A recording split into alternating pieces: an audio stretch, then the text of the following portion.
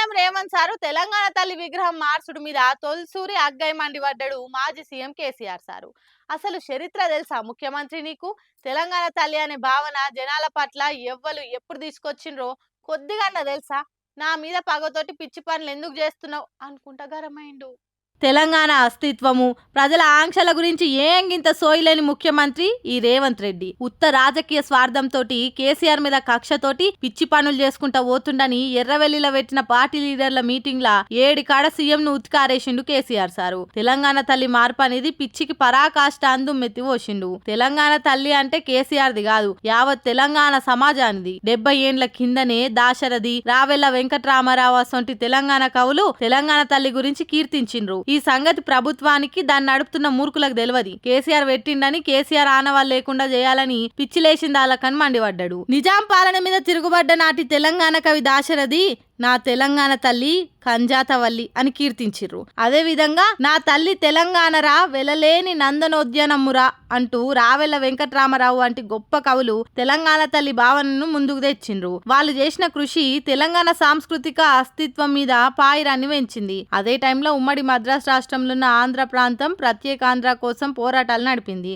అసొంటి టైంలో మనకు ఒక అస్తిత్వ చిహ్నం ఉంటే మంచిగుంటది. ఆంధ్ర ఉద్యమకారులు తమిళులతో సాగించిన ఉద్యమంలో ఆంధ్ర మాత అనే విగ్రహాన్ని పెట్టాలని అనుకుండ్రు. తర్వాత కాలంలో తెలంగాణను విలీనం చేసుకున్న నాటి నుంచి ఆంధ్ర నాయకత్వం ఆంధ్ర మాత భావనను ఇడిచిపెట్టి తెలంగాణ తల్లి భావనను విస్మరించింది. ఆ రెండింటిని పక్కకు పెట్టి తెలుగు తల్లి అనే భావనను ముందుకు తెచ్చిండ్రు. కుట్రలతోని తెలంగాణ అస్తిత్వాన్ని మరిపియ్య చూసిండ్రు. మా తెలుగు తల్లికి మల్లెపూ దండ అనుకుంటా ఆంధ్ర నాయకత్వం మనతోటి కూడా పాటలు పాడించింది. తర్వాత మొదలైన తెలంగాణ ఉద్యమంలో వట్టికోట అల్వారు స్వామి, కాళోజీ నారాయణరావు వంటి తెలంగాణ కవులు తెలంగాణ భాష, యాసలు, సాంస్కృతిక అస్తిత్వాల పట్ల తమ కవిత్వం రచనలతోటి పబ్లిక్ ల భావజాల వ్యాప్తి నింపిండ్రు. గమ్మత్ ఏందంటే తెలంగాణను కలుపుకోవాలనే కుట్రల భాగంగా తెలుగు తల్లి గురించి ప్రచారం చేసిన ఆంధ్ర నాయకత్వం అలా ప్రాంతంలో 13 జిల్లాలల్లా ఎక్కడా తెలుగు తల్లిని కూడా ఏర్పాటు చేసుకోలేదు. ఉమ్మడి రాష్ట్రంలో ఆనాటికి ఒక హైదరాబాద్ లో ఒకటి, మహబూబ్ నగర్ లో ఒకటి, రెండు తెలుగు తల్లి విగ్రహాలు ఉండేటి.